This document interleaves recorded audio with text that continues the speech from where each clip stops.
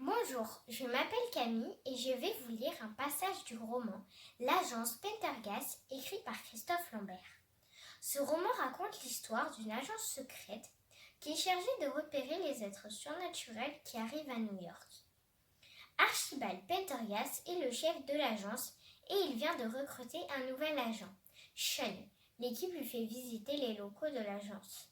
Le passage que je vais vous lire se déroule au moment où ils lui font visiter les cellules, et plus précisément l'une d'elles.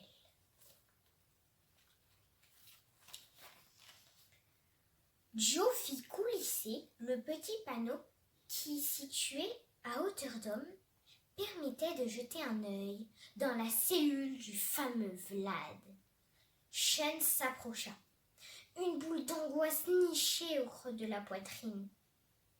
Au début, il ne vit rien, car la cellule était plongée dans la pénombre.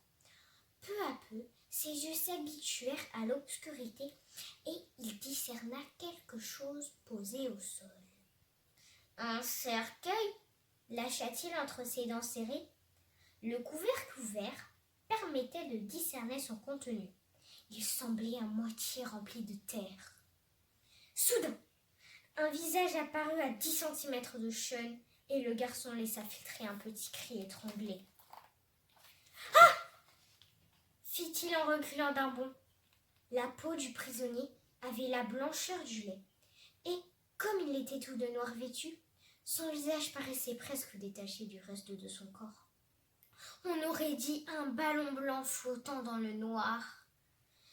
Surmontant son malaise, Sean se rapprocha de la petite ouverture rectangulaire. Son cœur tambourinait comme un prisonnier fou. « Qu'avons-nous là ?» murmura Flattep. Il avait parlé d'une voix douce, étrangement mélodieuse. Sean distinguait bien ses traits à présent. Un nez fin, des joues creuses, une longue chevelure, aussi noire que ses vêtements, et ramenée en arrière. Et puis il y avait ce regard fiévreux, intense, qui semblait lire en vous comme dans un livre ouvert. « Une nouvelle recrue ?» continua le vampire. « Un nouveau pro-chevalier ? Un nouveau Saint-Georges désireux d'aller affronter le dragon ?» Sean ne répondit pas. Il avait envie de s'enfuir, mais en même temps, il se sentait irrésistiblement attiré par la voix.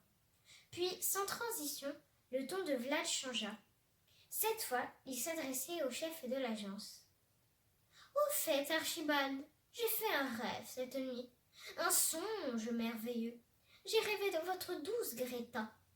J'ai discuté avec elle depuis l'au-delà. Elle va bien, ne vous inquiétez pas. Elle vous transmet son bon... »« Assez !» hurla Pendergast. Et il referma le panneau. « Cette chose est plus dangereuse qu'un serpent à sonnette, » dit-il.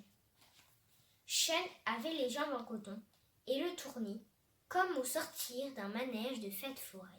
« Je voulais juste que tu aies un aperçu de ses pouvoirs, » compléta le moustachu. Il parlait d'une femme, une certaine Greta, bredouilla Sean. Qui est-ce ?